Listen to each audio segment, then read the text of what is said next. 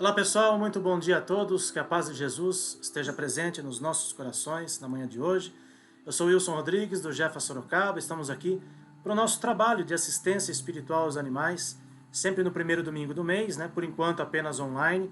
Quero agradecer muito a vocês que estão nos acompanhando. Hoje a nossa transmissão está sendo apenas pelo nosso canal no YouTube, mas no Facebook a gente colocou lá um link de acesso para o pessoal poder assistir no nosso canal no YouTube. Então, youtube.com/Jefa Sorocaba é a nossa transmissão da manhã de hoje.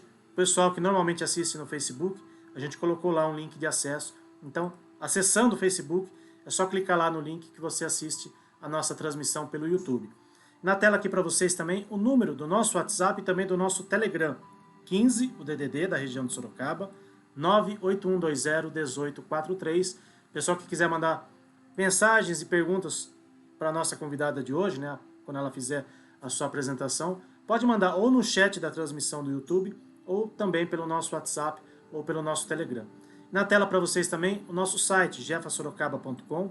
Lá você tem todas as informações a respeito do nosso centro, você fica sabendo um pouquinho mais sobre os nossos trabalhos, e claro, você pode rever também as palestras que nós já fizemos online aqui, tanto as palestras ao vivo, como também aquelas que foram gravadas, você consegue assistir no nosso canal, tanto no YouTube, como no Facebook e também no nosso site. Okay? E aí na tela, os nossos outros contatos, nosso Instagram, nosso e-mail, nosso canal no YouTube, como eu já falei aqui. Então, acessa lá as nossas redes sociais e você fica sabendo de tudo sobre o nosso trabalho. Bom, como hoje é o dia do nosso trabalho, de assistência espiritual aos animais, vocês sabem que a gente sempre, quem já esteve presente, presencialmente nos nossos trabalhos, a gente sempre inicia o trabalho de assistência espiritual aos animais com a oração de São Francisco. Por enquanto, como nós não estamos fazendo o trabalho presencial, a nossa amiga Kátia Lopes, que é do nosso grupo, ela gravou para a gente mais uma vez com todo carinho a oração de São Francisco. Então vamos ouvir a Kátia aqui antes da gente iniciar o nosso trabalho da manhã de hoje.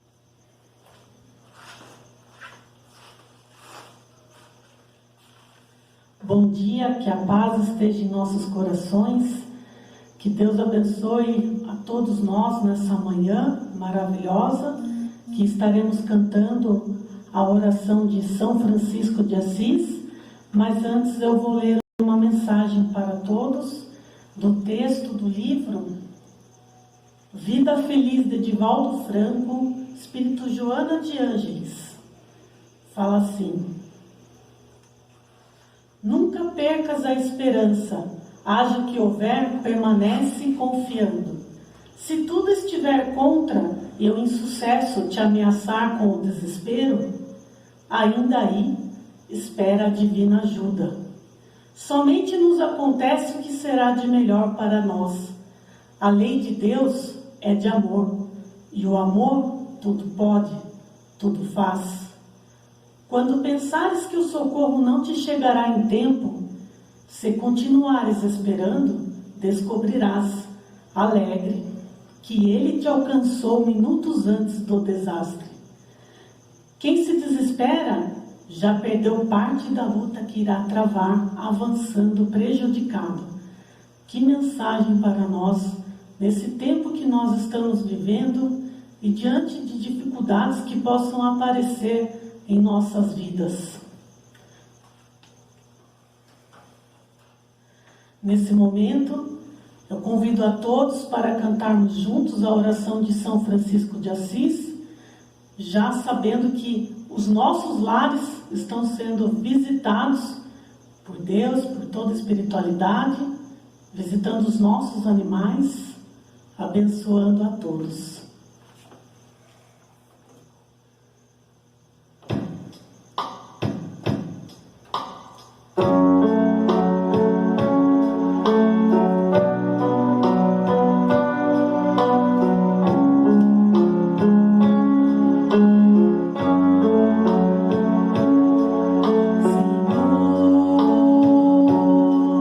Fazei-me um instrumento de vossa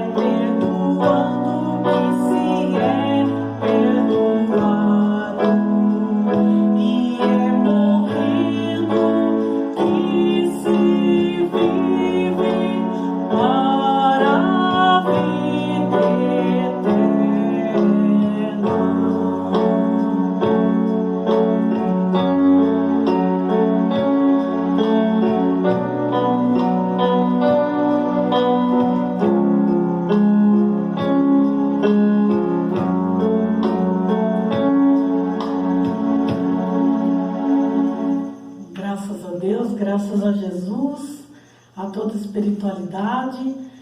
Nesse momento nós estaremos agora com a palestra de hoje e que Deus continue abençoando a todos, que todos tenham uma semana maravilhosa, um mês abençoado. Muita saúde a todos, um grande abraço. Tá aí a Kátia Lopes, obrigado, Kátia, mais uma vez, né, pelo seu carinho, né, por ter mandado para a gente a oração de São Francisco, né, como eu disse, sempre nos nossos trabalhos presenciais, nós fazemos a oração de São Francisco antes de iniciar o trabalho, e por enquanto, né, como estamos fazendo apenas o nosso trabalho online, já vai para um ano, né, um ano já de trabalho online de assistência espiritual aos animais, e a Kátia gravou com todo carinho para a gente a oração de São Francisco, para a gente iniciar o nosso trabalho da manhã de hoje. E olha, já tem muitas participações aqui do pessoal que está nos assistindo pelo YouTube, né? Afinal de contas, hoje nós temos uma convidada para lá de especial, vou colocar na tela aqui para vocês, doutora Ivênia Prada, entre outras coisas, comunicadora da Rede Boa Nova de Rádio, apresentadora do programa Nossos Irmãos Animais, junto com a minha amiga Ivani Lima, também docente da USP, né, médica veterinária. É um currículo extenso, né? Se for falar todo o currículo da doutora Ivênia aqui, a gente fica quase que a manhã inteira. Doutora Ivênia, para a gente é uma honra mais uma vez receber a senhora aqui no Jefa Sorocaba. Seja muito bem-vinda e obrigado por ter aceitado o nosso convite. Eu é que agradeço, Wilson. Digo bom dia a todos, agradeço a participação de todos aí que estão participando do programa, e é uma alegria não só fazer a tarefa, né? Hoje a gente vai falar sobre o sofrimento dos animais, eventualmente sobre a eutanásia, mas também participar esse assunto, discutir esse assunto com todos que estão participando do programa. Então é um prazer muito grande, viu? Eu vou projetar uns slides para a gente poder dar continuidade ao tema, né? Sim, então, vamos lá. Então, eu projetei hoje para vocês, eu apresentei esse tema aqui, animais de sofrimento e também a questão da eutanásia. Está aparecendo a tela para você aí, Wilson? Por enquanto ainda não, doutora Ivênia, está branca a tela para a gente aqui. Não sei o que aconteceu, vou tentar de novo. Vamos ver aqui. Então, stop share. Eu acho que está... New share, vamos ver. Então, share screen. Share. E agora, Wilson? Agora, então, vamos lá. Agora está aparecendo, doutora Ivênia. Vou pôr no modo de apresentação, então. Modo de apresentação. Que tal? Apareceu? Então vamos lá. Então a gente vai falar aí para o grupo do Jefa, né, de Sorocaba, a questão do sofrimento dos animais e também a questão da eutanásia. Bom, animais de sofrimento. Como é que eu vou abordar esse tema hoje com vocês?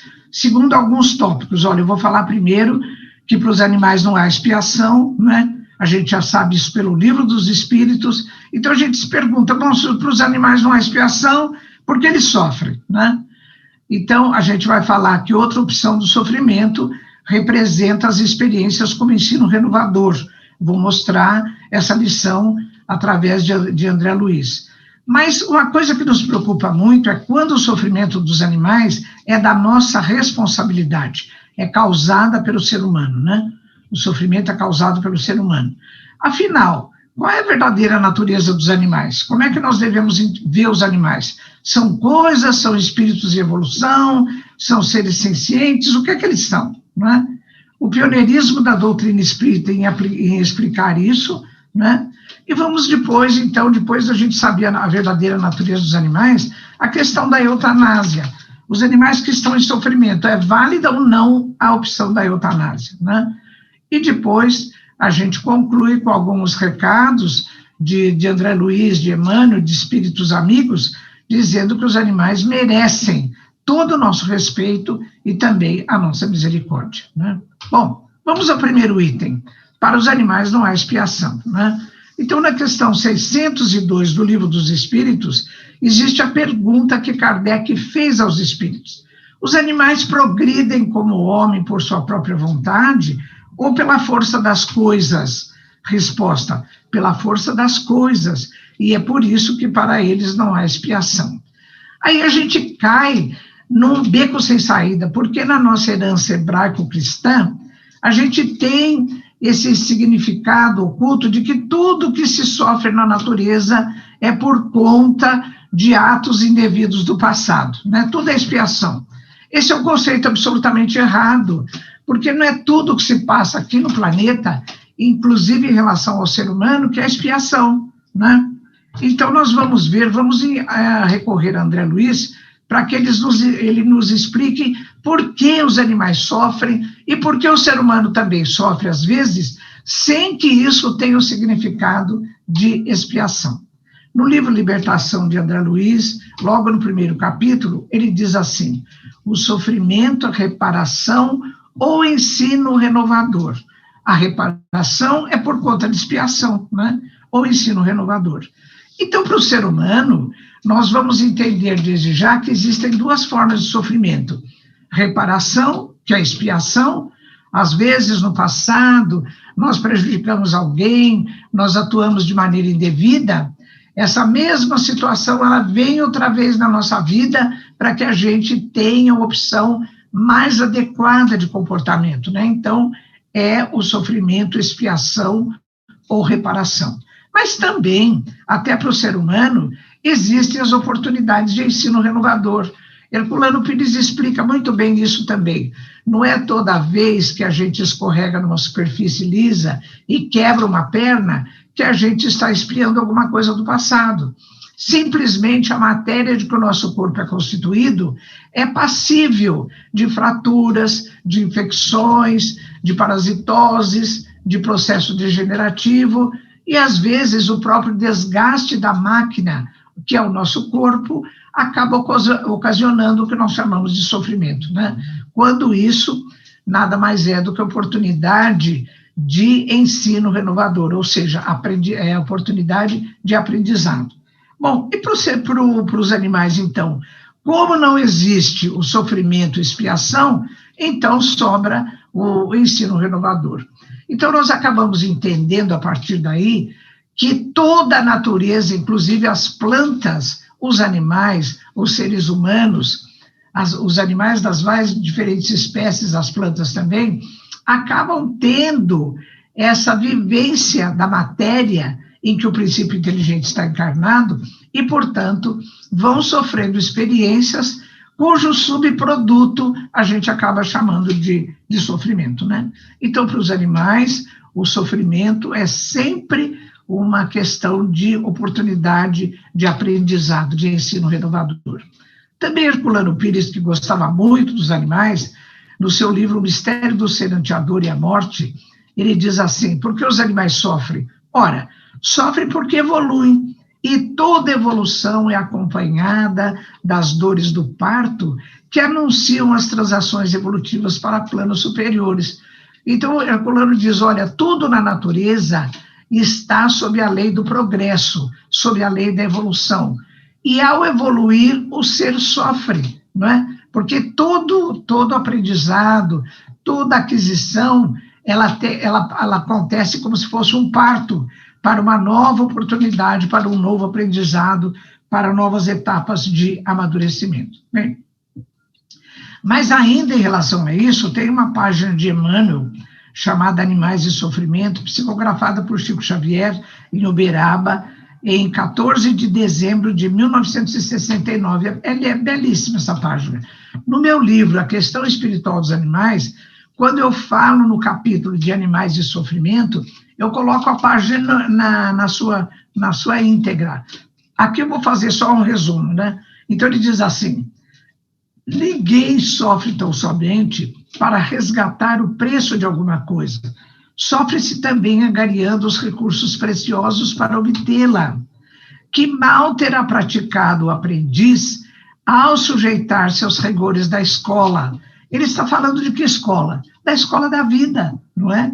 Porque aqui na nossa situação doméstica, quando num dia frio, chuvoso, a gente tira o filhinho de 5, 6, 7 anos da cama para levá-lo à escola, nós estamos causando a esse nosso filhinho pelo menos um certo desconforto, porque ele gostaria de ficar dormindo, ou então ele gostaria de ir para o play center, ou brincar com um amiguinho, mas não de ir para a escola. E o que a gente faz? A gente tira o nosso filho da cama e leva para a escola. É isso que a vida faz com a gente também, né?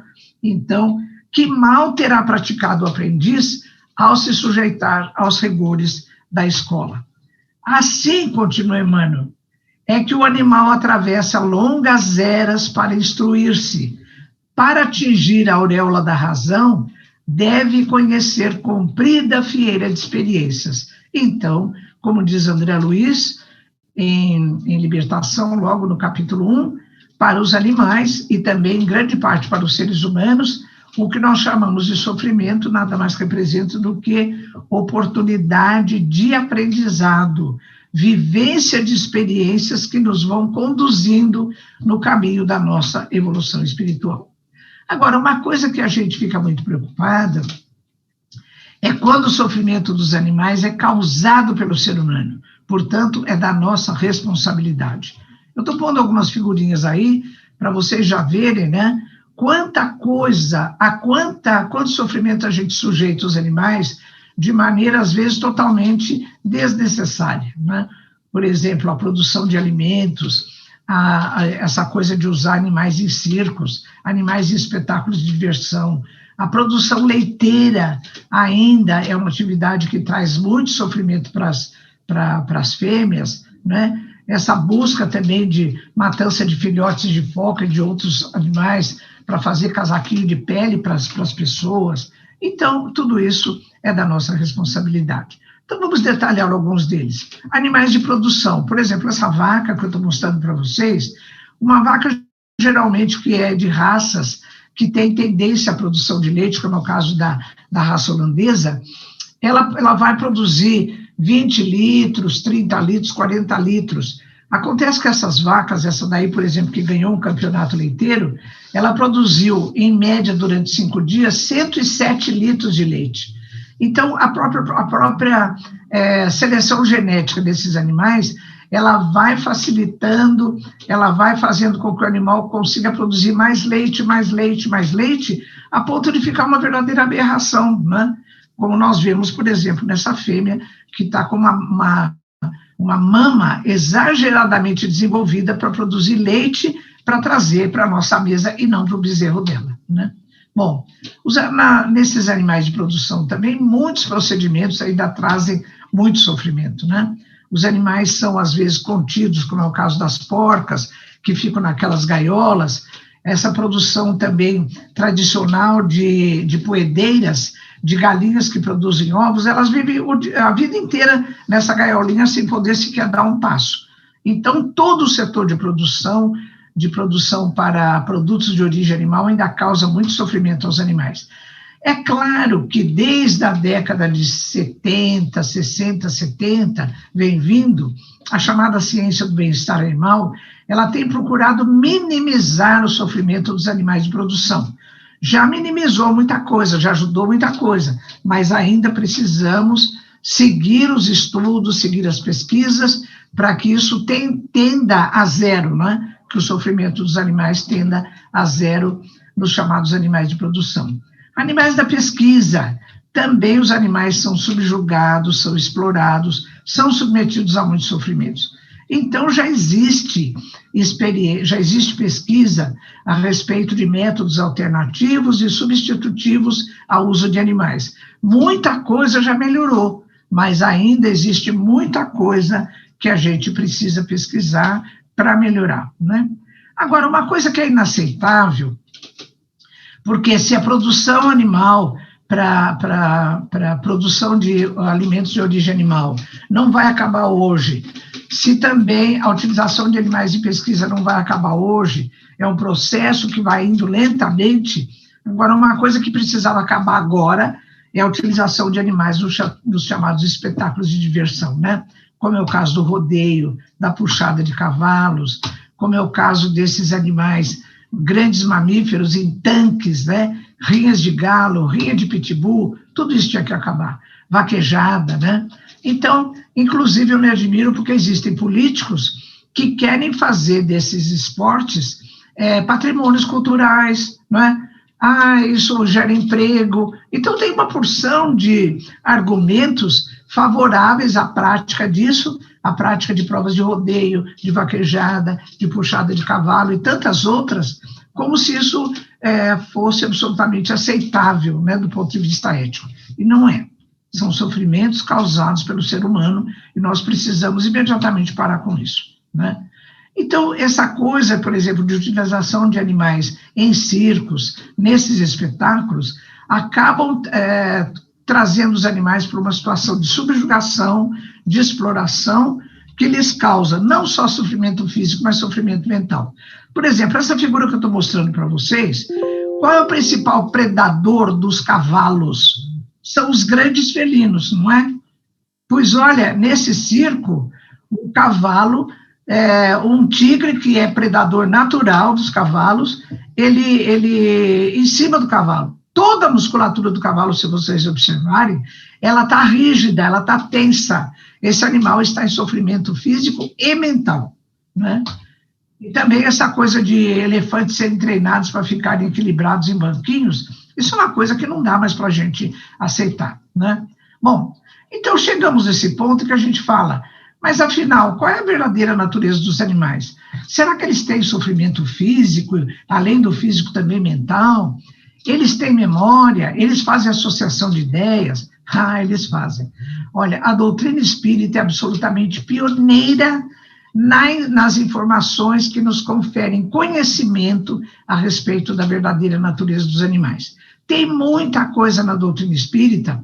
No meu livro, A Questão Espiritual dos Animais, eu falo minuciosamente sobre isso. Aqui eu vou fazer um resumo, né?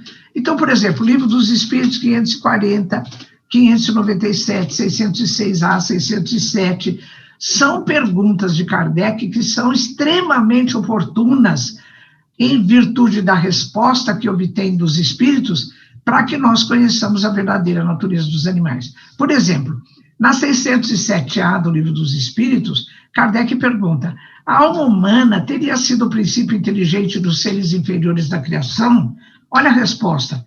É nesses seres, e nesses 3 pontinhos está escrito assim, que estais longe de conhecer inteiramente, porque, olha, toda hora os espíritos nos dizem que nós não temos ainda capacidade intelectiva, mental, para entender algumas coisas, né?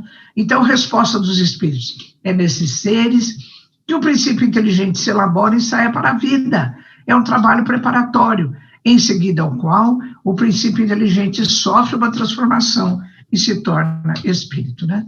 Também na Gênese de Kardec, no capítulo 10, que é Gênese orgânica, e no capítulo 11, que é Gênese espiritual, particularmente nos itens 15 e 16, existe profundas informações preciosas sobre a verdadeira natureza dos animais. Bom, então, o que a doutrina espírita vem nos dizer sobre a verdadeira natureza dos animais? Em suma, vem dizer assim: os animais são seres espirituais em evolução, são nossos companheiros de jornada evolutiva. O ser humano não é um ser à parte, ele é herdeiro do processo evolutivo dos animais, tanto do ponto de vista orgânico, quanto do ponto de vista espiritual. Então, a doutrina espírita, há mais de 150, 160 anos, ela já traz esse conhecimento para nós, né? Esse conhecimento é absolutamente pioneiro, porque na ciência acadêmica, só a partir de meados do século XX, é que nós começamos a ter esse conhecimento trazido pela ciência acadêmica, né? Voltando à doutrina espírita, eu vou salientar esse trecho da Gênese de Kardec no capítulo 11, cuja primeira edição é de 1868. Nesse capítulo tem um item que Kardec coloca o título: Hipótese sobre a origem do corpo humano. Então ele pergunta: como é que apareceu o corpo humano aqui no planeta? Certamente não caiu de paraquedas, né? Então lá está escrito assim no item 15, olha: corpos de macacos teriam sido muito adequados a servir de vestimentas aos primeiros espíritos humanos, necessariamente pouco avançados que vieram encarnar-se na Terra. E no item 16, como não há transições bruscas na natureza, É provável que os primeiros homens que apareceram sobre a Terra pouco diferissem do macaco em sua forma exterior e, sem dúvida, também quanto à sua inteligência. Olha, pessoal, o que está escrito na Gênese de Kardec, no capítulo 11, nesses itens 15 e 16, hoje está completamente confirmado pela antropologia e pela biologia. Basta procurar, por exemplo, na internet, curso de antropologia sobre evolução humana, do professor Walter Neves, antropólogo da USP, em cursos chamados A Saga Humana ou A Saga da Humanidade. São 2 cursos que ele ministra online e que estão disponíveis na internet sobre a evolução das diferentes espécies humanas. E nesses cursos, o professor Walter Neves diz claramente: todas as espécies do gênero humano evoluíram a partir de uma espécie de macaco, que tem até nome, Australopithecus afarensis, né? Então, repito, que tudo que está na Gênese de Kardec, desde 1868, a respeito do processo evolutivo dos seres humanos, ele hoje é plenamente confirmado pela antropologia e pela biologia, né? Então, o que a ciência tem a dizer a respeito da verdadeira natureza dos animais? A ciência diz assim: os animais são seres sencientes. O que quer dizer isso? Senciente é uma palavra que vem do latim sensiens, que quer dizer que sente. O indivíduo que sente, seja ser humano, seja animal, ele vem com todos os outros atributos. Ele sente, ele tem percepção, ele tem memória, tem banco de memória, ele faz associação de ideias, né? Então, quem quiser saber o enfoque da ciência a respeito disso, nesse livro que se chama Instrumento Animal, Uso Prejudicial de Animais no Ensino Superior, coordenado pelo biólogo Thales Stress, eu escrevi o primeiro capítulo com esse título: Os Animais são Seres Sencientes, né? Então, esse livro eu recomendo fortemente, porque todos os outros autores, o João Regis, a Júlia Maria Matera, Laerte Levay, Mariana Pinto, Rita Leal Paixão, Sônia Felipe e Vânia Daró, tem capítulos que são preciosos para o conhecimento da verdadeira natureza dos animais, né? Então, quem tiver interesse pode procurar esse site da internet para ver como é que a ciência acadêmica enfoca hoje, considera, principalmente a partir de meados da década do século XX, como que os animais, na realidade, são seres inteligentes, têm memória, fazem associação de ideias, né? Têm sensações, têm sentimentos, têm emoções. Então, tudo isso está nesse capítulo que eu escrevi nesse livro, com o título Os Animais são Seres Sencientes. Bom, então já sabemos que os animais são seres espirituais em evolução, são seres sencientes, que muitos dos sofrimentos dos animais é causado pela responsabilidade humana. Agora, um animal que está sofrendo muito, está em fase terminal de câncer ósseo, ele foi atropelado, está com fraturas múltiplas, ele está com processo degenerativo, então, quase sempre o próprio veterinário sugere a eutanásia, né? Então, a gente vai discutir aqui, será que é válida a eutanásia dos animais? Né? É uma questão, sim ou não? Então, a primeira coisa, vamos conceituar alguns termos. Eutanásia, qual é o significado? A própria composição etimológica da palavra já vai dizer qual é o significado dela. Eu quer dizer boa, né? E thanos, ou thanatos, quer dizer morte, ou seja, é conferir à criatura que está viva uma boa morte, né? Então, esse é o significado genérico do termo eutanásia. Esse termo eutanásia tem um significado diferente do significado da palavra sacrifício. Aliás, mesmo dentro da universidade, as pessoas às vezes falam, eu vou sacrificar o animal, está errado. Não vai sacrificar o animal, vai fazer eutanásia. Porque sacrifício, ele tem um significado diferente. Olha a composição etimológica da palavra. Sacrifício vem de 2 palavrinhas. Sacro, que quer dizer sagrado, e ofício, que é procedimento. Então, é todo o procedimento de tirar a vida de um ser em homenagem, em louvor a divindades, né? Por exemplo, o 3º livro do Antigo Testamento, que é o Levítico, ele é todo feito de regras, de explicações a respeito do procedimento de sacrifícios e holocaustos. Então, se recomenda, quando o indivíduo tem uma pequena falta, ele vai sacrificar uma pomba. Quando essa falta é um pouco maior, será um cordeiro. Quando essa falta for muito grave, será, então, um bovino macho inteiro, né, não castrado. Então, isso é sacrifício. Isso era uma coisa que se fazia antigamente em louvor às divindades, né? Então, hoje em dia, algumas correntes religiosas ainda têm essa coisa de sacrificar animais em louvor a espíritos, né? Por alguma questão religiosa. Então, nesse caso, caberia a palavra sacrifício. Mas, em termos acadêmicos, é sempre a palavra eutanásia e não a palavra sacrifício que vale. Outro termo também que pode ser confundido é o abate. Abate significa, abater significa derrubar, dar cabo de, matar para consumo. Então, por exemplo, os animais que são criados para o abate, bovinos que são criados para a produção de carne, carneiros, frangos de corte, eles vão para o abate, não é? Então, isso é abate, não é nem sacrifício nem eutanásia. Então, uma vez conceituado o termo, eu gostaria de falar para vocês que no capítulo em que eu falo da eutanásia, no meu livro A Questão Espiritual dos Animais, eu começo dizendo a respeito, está tendo uma interferência, Wilson, tem uma voz falando. Wilson, não tem, eu estou ouvindo uma voz feminina falar. Não. Vou continuar.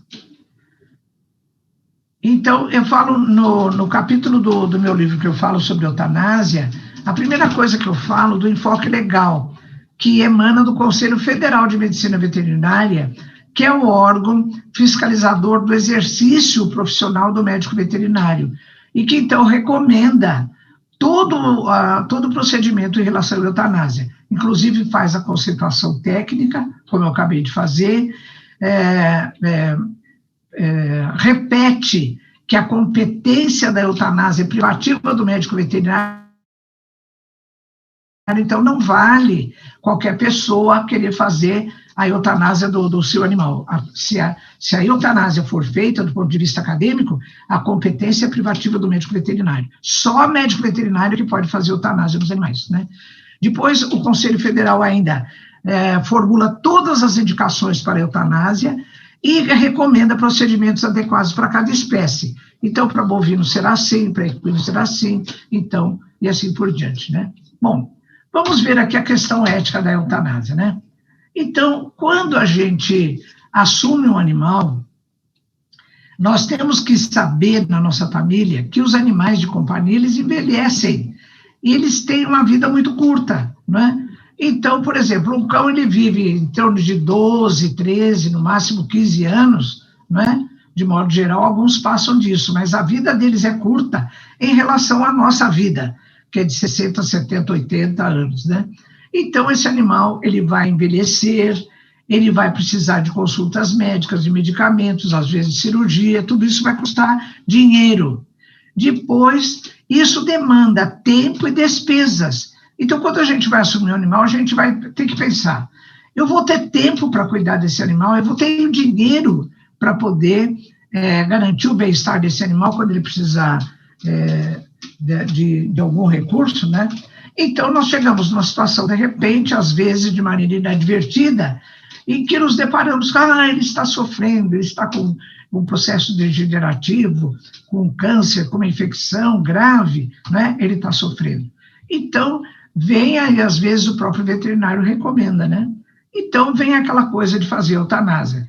Quase sempre, quando o tutor consente, depois vem aquele sentimento de culpa. Eu canso de receber e-mails de pessoas que autorizaram a eutanásia do seu cão, do seu gato, e depois ficam com aquele complexo de culpa, com aquele remorso, né?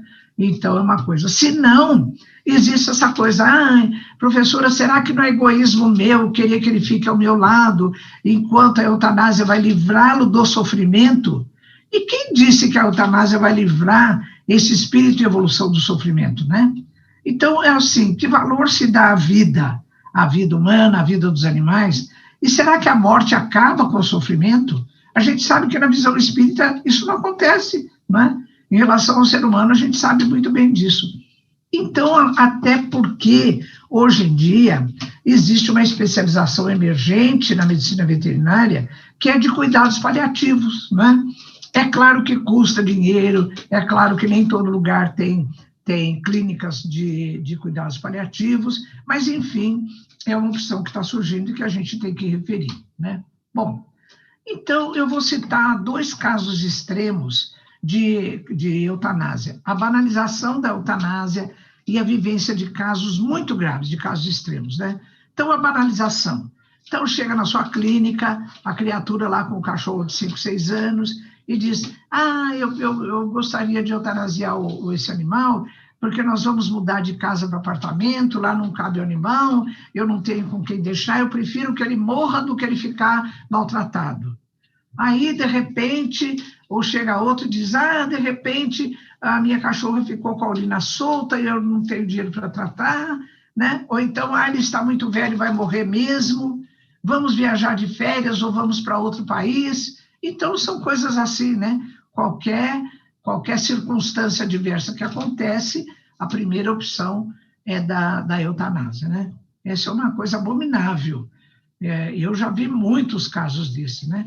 E a gente fala, não é possível que a pessoa convive com o animal muitos anos, às vezes foi criado junto com o seu filho, e de repente, por um desconforto, acaba optando pela eutanásia do animal, né?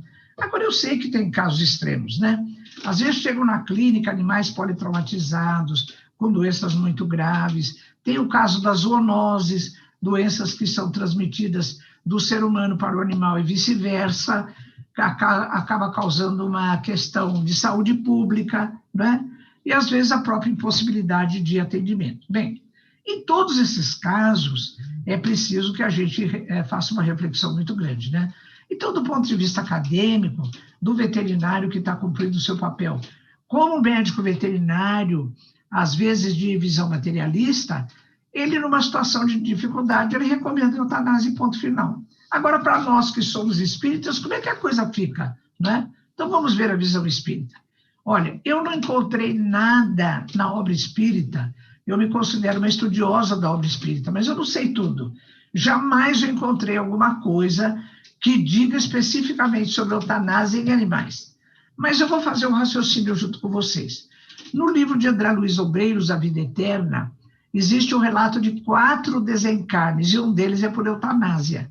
E a eutanásia para o ser humano acaba sendo um desastre, porque o espírito fica num sofrimento maior do que estava quando encarnado, né? Então, a eutanásia para o ser humano não é recomendada na visão espírita de jeito nenhum. Bom, uma daquelas questões que eu formulei para vocês lá atrás, né, quando eu falei da verdadeira natureza dos animais, na questão do Livro dos Espíritos 606A, Kardec pergunta, a inteligência do homem e dos animais emanam de um princípio único? Quando eu falo inteligência, eu estou falando em princípio inteligente, não é? Então, olha a resposta dos espíritos. Sem dúvida nenhuma, mas no homem ela passou por uma elaboração que a eleva acima dos brutos. Essa questão, assim como outras da obra espírita espírita ela está nos dizendo que o princípio inteligente dos animais e o espírito humano, eles têm a mesma essência, a mesma natureza, né? Correspondem ao mesmo princípio, apenas estão em estágios evolutivos diferentes. Ora, se para o espírito humano a eutanásia é desastrosa, por que para os animais não seria, né? Eu não sei, eu tenho as minhas dúvidas, eu não sei, né? Então, a pergunta que eu falo é essa. Será que também seria desastrosa para os animais? Eu não tenho essa resposta. Eu tenho suspeita que sim. Então, a minha postura pessoal de Irvênia Prada é absolutamente contra a eutanásia. Não recomendo a eutanásia e nunca fiz eutanásia, né? Então, a minha postura é absolutamente contra em respeito à visão espírita. Essa é a minha leitura. Eu respeito a leitura de outros companheiros, mas na minha visão espírita, na minha visão de espírita, é assim que eu vejo essa questão, né? E eu volto a referir aquilo que André Luiz cita no livro Libertação, capítulo 1. O sofrimento como oportunidade de aprendizado, tanto para o animal quanto para as pessoas que convivem com ele, né? Então, para terminar, eu já estou terminando essa minha fala, eu vou a essa página de Emmanuel, também psicografada por Chico Xavier, e está no livro Coragem, não é? Então, a página se chama Quanto Puderes. Nessa página, Emmanuel diz assim, olha, quanto puderes, não te afastes do lar difícil. Quanto te seja possível, suporta o amigo necessitado, suporta as situações difíceis da vida. Quanto estiver ao teu alcance, tolera o lar, tolera as situações de dificuldade. Então, eu pego esse trecho de Emmanuel e faço uma transposição para o nosso assunto da eutanásia. E digo assim, olha, quanto pudermos, o quanto nos seja possível, o quanto estiver ao nosso alcance, vamos sempre fazer opção pela vida, né? Então, é assim que eu vejo a questão da eutanásia. Então, terminando, eu trago aqui uma fala do mentor Alexandre, no livro Missionários da Luz, de André Luiz. Ele diz assim, a missão do superior, se é que nós podemos nos considerar superiores, é de amparar o inferior e educá-lo. Sem amor para com os inferiores, não podemos aguardar a proteção dos superiores. E Emmanuel, nesse livro Emmanuel, no capítulo sobre os animais, ele fala, recebei como obrigação sagrada o dever de amparar os animais na escala progressiva de suas posições variadas do planeta. Estendei até eles a vossa concepção de solidariedade, né? Então, é esse material que eu trouxe para vocês hoje, Wilson. Eu fico à disposição para comentários, eventualmente para alguma pergunta, viu? Para que a gente possa, então, continuar o assunto aí, interagindo com os que estão participando do programa. Legal. Só volta a sua imagem aí, doutora Ivene, que o pessoal está vendo a tela, escrito zoom aí na tela. Eu vou apagar aqui, deixa eu ver. Bom, enquanto a senhora vai fazendo aí esses ajustes, quero mais uma vez agradecer a audiência aqui do nosso pessoal. Tem muita gente aqui mandando comentários, agradecendo a presença da senhora. Uma delas, inclusive, né, a Ivani Lima, né, minha amiga, sua amiga também, né, do programa Nossos Irmãos Animais, que esteve com a gente na última quinta-feira. Só para aproveitar esse gancho aí, doutora Ivênia, dessa última fala da senhora sobre a eutanásia, tem uma pergunta aqui do João Assunção, lá de São Bernardo do Campo, nosso companheiro João Assunção, que também faz parte aqui do Jefa. Em relação à eutanásia, como fica, na visão da senhora, né, enquanto espírita, como ficaria a programação encarnatória do animalzinho no caso, né, daqueles que, né, da pessoa ou do veterinário, enfim, que opte, né, pela eutanásia, né, que tenha feito já a eutanásia. Na visão da senhora, como é que fica essa programação reencarnatória desse animalzinho, doutor Ivênia? Olha, quando eu escrevi esse livro, A Questão Espiritual dos Animais, Wilson, cuja primeira edição já tem 20 anos, eu tinha muitas perguntas, né? Que eu chamo de questões, até por isso que o livro se chama A Questão Espiritual dos Animais, porque questão no dicionário quer dizer matéria de discussão. Então, para esse participante que fez a pergunta, tem muitas questões. Uma é da erraticidade, outra do processo encarnatório dos animais, da mediunidade, enfim, né? Então, eu tive a oportunidade de conversar muito com um espírito que é líder de uma equipe que trabalha com os animais no plano espiritual. Esse espírito é Álvaro. Até as pessoas me perguntam, mas por que, Ivênia, você não pôs essas explicações do Álvaro no livro? Porque, obedecendo o critério de Kardec da universalidade do conhecimento, eu não posso colocar uma informação assim. Então, ela está guardada, alguma coisa eu comentei, então eu comento com vocês aqui de maneira, assim, muito restritiva, né? Então, eu perguntei para o Álvaro como é que acontecem essas coisas. Então, ele disse que existem equipes do plano espiritual, e ele é líder de uma delas, que recebe os animais desencarnados e planeja o processo encarnatório, né? Porque no Livro dos Espíritos tem uma pergunta que Kardec faz assim: os animais podem escolher a espécie em que prefeririam encarnar? E a resposta é taxativa: não, eles não têm o livre-arbítrio suficientemente desenvolvido para isso. Então, a programação encarnatória dos animais é feita por espíritos humanos. Então, o que a gente pode entender é que, seja os animais desencarnando de modo natural, ou por eutanásia, ou por sacrifício, ou por abate, né, que são as 3 formas de tirar a vida desses seres, certamente existem espíritos que vão programar o seu processo reencarnatório. Na continuação, eu perguntei para o Álvaro, por exemplo, esses animais que são abatidos, ou animais que tiveram grande sofrimento, se eles continuam esse processo, então ele falou que não, que quase sempre, quando os animais são submetidos a grande sofrimento, os espíritos ajudam a aliviar a repercussão desse sofrimento no princípio inteligente dos animais, né? E que não, é que eles são, de alguma forma, eles são protegidos, são velados pelos espíritos. Agora, isso não tira o livre-arbítrio nosso, né, Wilson, do ser humano, que estamos encarnados aqui, que lidamos com os animais, né?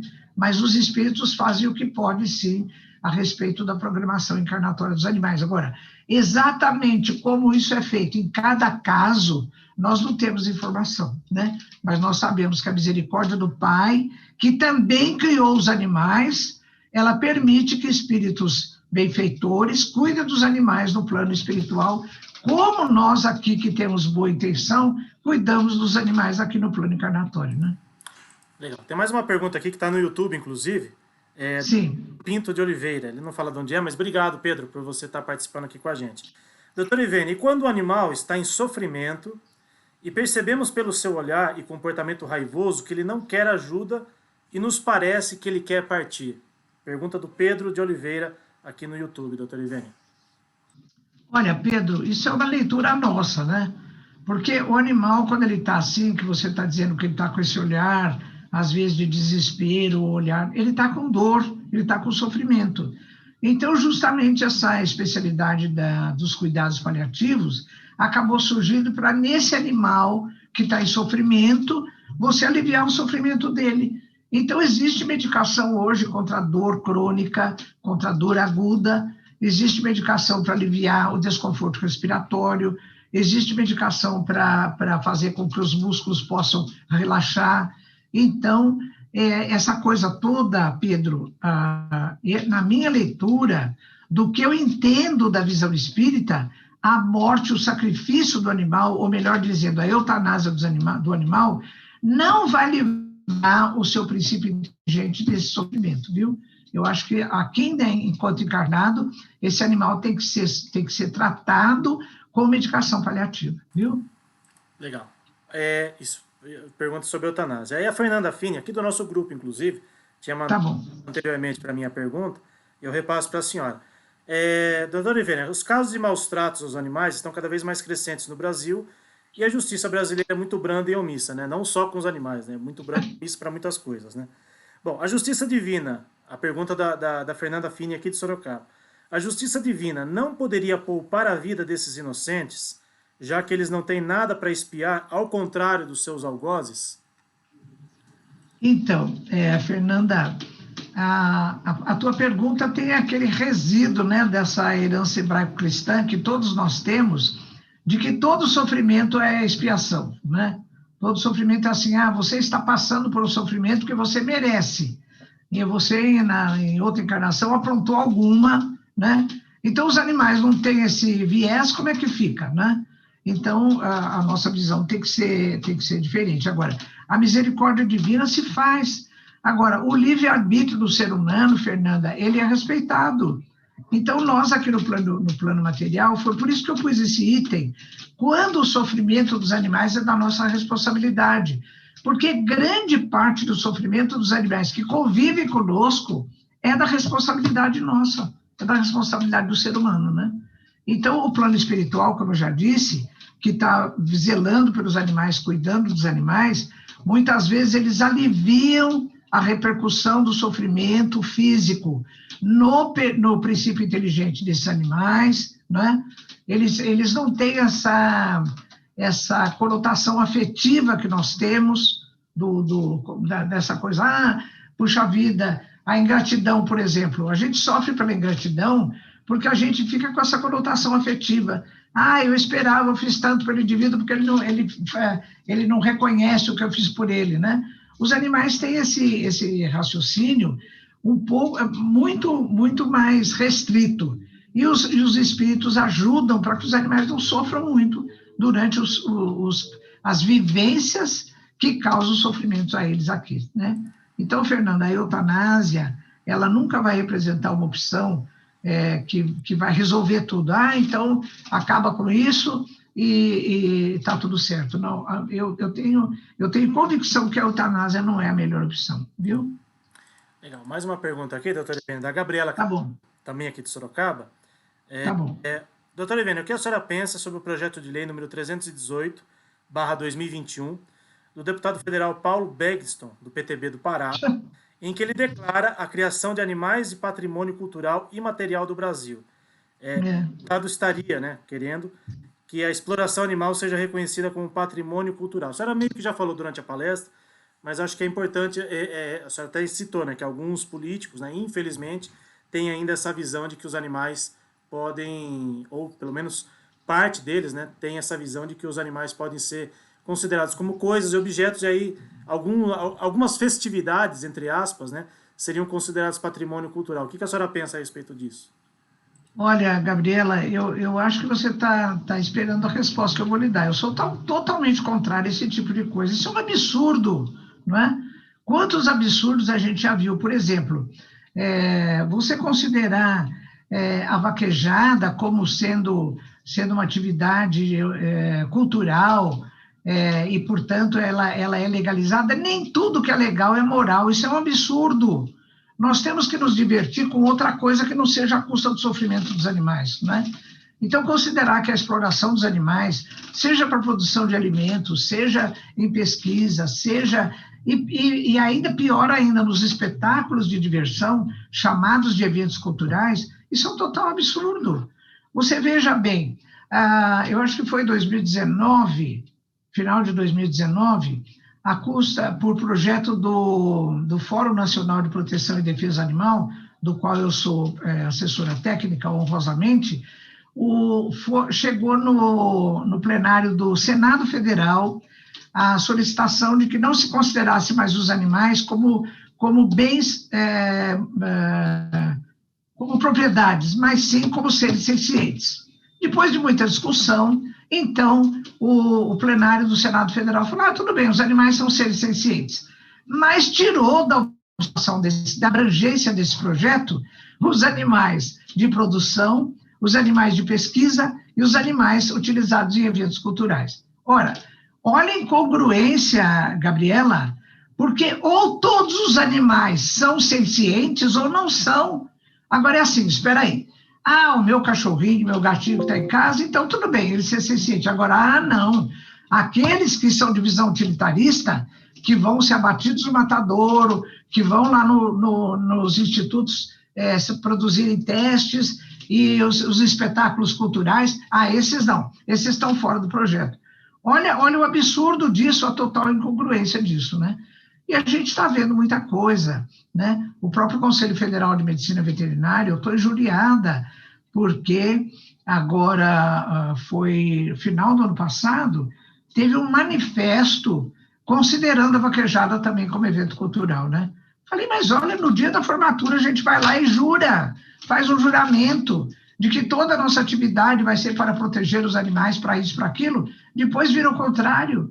É a mesma coisa, Gabriela, do Conselho Federal de Medicina, no dia da formatura também vai lá e faz o juramento de Hipócrates, cujo primeiro item é não provocar, não fazer prejuízo, não causar dano ao ser humano. O que o Conselho Federal de Medicina faz? Aceita o aborto até 12 semanas. Quer dizer, ou é ou não é, né? Então, eu volto a repetir, nem tudo que é legal é moral. E, infelizmente, a gente está vendo muita coisa que está legalizada e que é totalmente imoral do ponto de vista da ética, né? Tem dessas coisas ainda. Tá? O tempo está aqui, doutora Ivene, mas rapidinho aqui, ó. O Pedro de Oliveira, que tinha comentado lá sobre aquela pergunta, né? Ele complementou aqui que o cão dele está em tratamento paliativo, né? Citou aqui o nome do remédio, né? Inclusive com acupuntura para problemas da coluna. E aproveitando esse gancho aqui, também tem uma pergunta aqui da Flávia Cooper, de Sorocaba. Qual a opinião da senhora em relação a terapias complementares, também para os cuidados paliativos dos animais, né? A gente sabe que tem muitas terapias hoje em dia que são utilizadas não só para os seres humanos, mas também para os animais. O que a senhora pensa a respeito disso? Olha, Flávia, ontem eu coordeno um grupo no meio acadêmico que se chama MEDVESP, Movimento Cultural de Medicina Veterinária e Espiritualidade. E ontem a nossa convidada foi a doutora Camila Watanabe, que é uma médica veterinária formada pela Unesp de Botucatu, e ela falou sobre práticas integrativas, né? Sobre medicina veterinária integrativa. Então, ela mostrou que, hoje em dia, a chamada medicina veterinária de terapias integrativas não é uma nova especialidade, pelo contrário, ela é uma visão abrangente que vem substituir aquele antigo modelo da medicina humana e da medicina veterinária de ser reducionista, de ser fragmentada. Porque nesse modelo antigo, que vem desde Descartes, né, pelo seu modelo mecanicista, o que acontece? O corpo humano e o corpo dos animais é visto como uma máquina composta de partes. Então, por exemplo, Flávia, eu tenho uns 6, 7 médicos. Então, eu tenho o clínico geral, eu tenho a ginecologista, a mastologista, o cardiologista, dermatologista e outros istas aí, né? Agora, a ponto de, às vezes, um discordar do outro. Por exemplo, eu tenho tendência genética à osteoporose. Então, o médico que me trata disso quer que eu tome sol durante o dia, tal coisa. A dermatologista não quer. Eu falei, olha, vocês entrem num acordo, porque eu sou uma só, né? Ou tomo sol ou não tomo sol, porque, então, é assim, cada especialista cuida de um pedaço do corpo, né?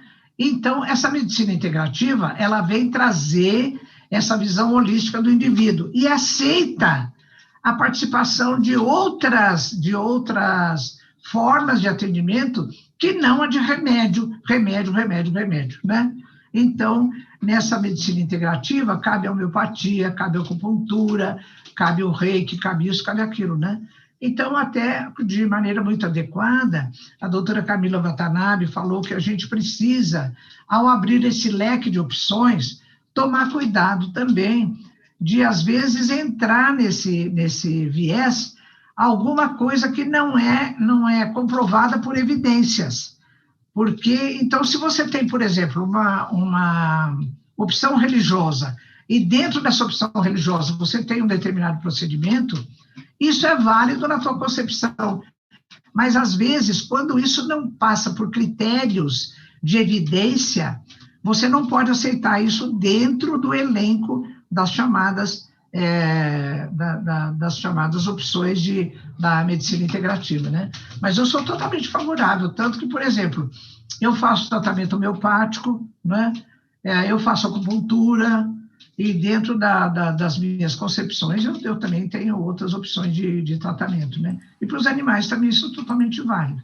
Então, eu sou totalmente favorável, desde que a gente conserve o senso crítico da nossa razão, de saber também que este ou aquele procedimento será válido ou não será válido, dependendo de evidências, né? Eu vou citar um caso bem corriqueiro. Quando as crianças da nossa família eram pequenas, então, uma determinada pessoa, uma das crianças tinha bronquite asmática. Chegou com uma tal de garrafada, com um litro desse tamanho, cheio de um líquido lá dentro, falou, não sei quem faz a garrafada, então, que é indicado para isso. Então, a mãe da criança falou, o que tem aí dentro? Não, é uma garrafada, o indivíduo que faz. Falou, escuta, se eu não souber o que tem aí dentro, eu não vou dar para o meu filho, né? Porque é mais ou menos assim. Você tem que ter a crítica, o crivo da sua razão para permitir que esse procedimento faça parte do elenco dos procedimentos dentro do contexto da medicina integrativa, né? Então, é bem por aí, viu, Flávio? Legal. Última pergunta aqui, doutora Ivênia, só para a gente também liberar a senhora, né? A Vânia Bernardino, aqui de Sorocaba. Quando o animal rejeita a alimentação, e mesmo usando medicamentos como Tramal, gabapentina, e ele continua sofrendo e por recomendação veterinária é indicado a eutanásia. Qual a opinião da senhora a respeito disso? Olha, Vânia, eu vou repetir, né? A minha postura pessoal é contra a eutanásia. Eu acho que se ele não está comendo é porque o organismo dele está pedindo, ele não tem mais condição de fazer coisa. Então, ele está num processo de, digamos assim, encaminhamento para a morte.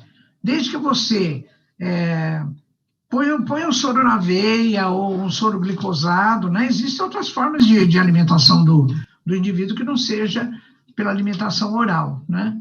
Então, eu acho que tem algumas formas de terapia integrativa, de cuidados paliativos que podem ser observados, mas a eutanásia, nem nesse caso, ela é válida, né? Eu posso dizer de cátedra para você, viu, Vânia? Porque eu tive, depois dos 70 anos, eu tive 3 vezes pancreatite, o que idoso é uma coisa muito grave, né? A taxa de mortalidade é acima de 80%. Então, eu posso dizer que eu estou pelo menos 3 vezes em moratória. Agora, qual é o tratamento da pancreatite? É jejum completo. Então, eu fiquei 8, 7 dias com soro glicosado na veia, sem engolir água, nem um dia, nem alimento nenhum, nem água, nem nada, né? Então, existem outras formas. O organismo, às vezes, ele precisa até para se recompor, ou então para fazer o encaminhamento para a morte natural, né? E a gente tem que respeitar. Legal. Só um último comentário aqui, né? Do João Assunção, lá do Bernardo do Campo.